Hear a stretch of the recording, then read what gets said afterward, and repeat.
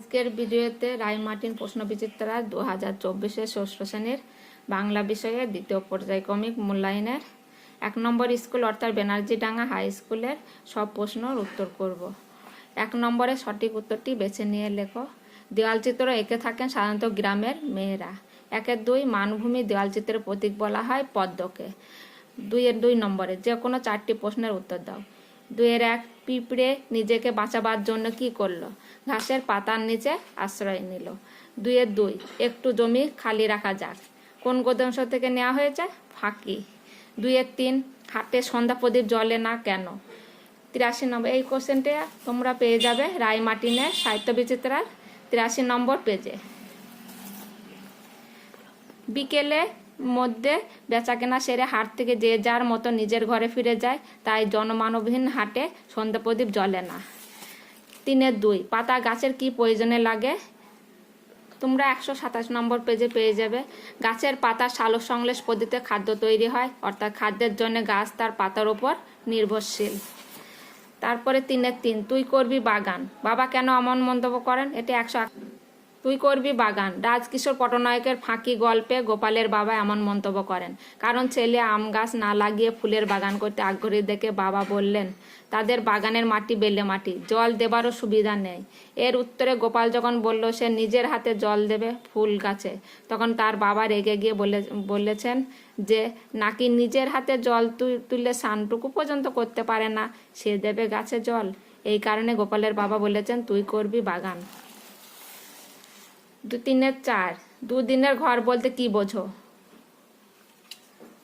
দুদিনের ঘর বলতে পৃথিবীতে আসা যাওয়া যে কেবল স্বল্প সময়ের খেলা, এই কথা কবি জানেন। যে কোনো প্রাণী নিতান্ত অল্প সময়ের জন্যই পৃথিবীতে আসে। আদর সোহাগ স্নেহ ভালোবাসায় তারা একদিন ঘর বাঁধে, আবার সময় হলে একদিন তা ফেলে রেখেই তাদের চলে যেতে হয়। সুতরাং দুদিনের ঘর বলতে প্রাণীকুলের ক্ষণস্থায়ী জীবনকালকে বোঝানো হয়েছে। 3-5 মেয়েরা কখন কিভাবে ভাদুলি ব্রত পালন করেন?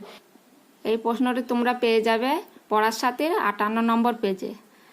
বাংলার কোনো কোনো অঞ্চলে মেয়েরা ভাদুলি ব্রত করেন, অর্থাৎ ভাদ্র মাসে মাঠে মাঠে দেখা দেয় সবুজ ধানের শেখা। সেই সময় হঠাৎ প্রবল বর্ষণে বন্যা দেখা দিলে ফসল নষ্ট হয়ে যাবে, এই আশঙ্কায় আগে থেকেই ভাদ্র মাসে ভাদ্র দেবতার নাম করে মেয়েরা যে ব্রত পালন করে তাকেই ভাদুলি ব্রত বলে। 3-6 বাজে বায়ু আসি বিদ্রুপ বাসি, কবির এমন মনে হওয়ার কারণ? এইটি 84 নম্বর। বায়ু আসি বিদ্রুপ বাসি, কবির এমন মনে হওয়ার কারণ কি হয়? কবি যতীন্দ্রনাথ সেনগুপ্ত তার হাট নামক কবিতাটিতে এমন একটি হাটের চিত্র তুলে ধরতে গিয়ে হাটের দোকানের দোচালার কথা বলেছেন, এবং সন্ধ্যা নামলে দোকানের দিবসকালীন ব্যস্ততার লেশমাত্র অবকাশ থাকে না। সন্ধ্যে নামার কালে হাটের কর্মচঞ্চলতা ক্রমশ স্তিমিত হয়ে আসে, চারিদিকে নিস্তব্ধতা হয়ে যায়। তখন সন্ধ্যার বাতাস দোকানের দোচালার জীর্ণ ফাটা বাঁশের মধ্যে দিয়ে বয়ে যাওয়ার সময় শো শো শব্দে বাঁশির মতো বেজে ওঠে। এই আওয়াজটি যেন দিনের কর্মচঞ্চল দোচালাটির নিঃসঙ্গতাকে ব্যঙ্গ করে যায়।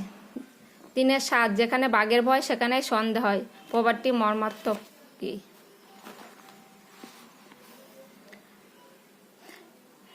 যেখানে বাঘের ভয় সেখানেই সন্দেহ হয় একটি জনপ্রিয় বাংলা প্রবাদ।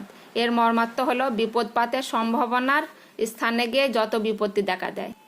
4 সমচারিত ভিন্নাত্মক শব্দগুলি দিয়ে বাক্য রচনা করো, যেমন বাড়ি বাড়ি বাড়ি, বাড়িতে আমরা সবাই মিলেমিশে থাকি।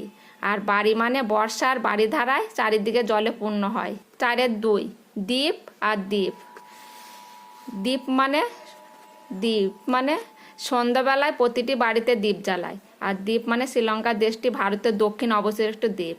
শাক বসন্তকালে গাছের শাকে শাকে কুড়ি আসে, আর শাক মানে সকালবেলায় প্রতিটি ঘর থেকে শাক বাজার শব্দ পাওয়া যায়।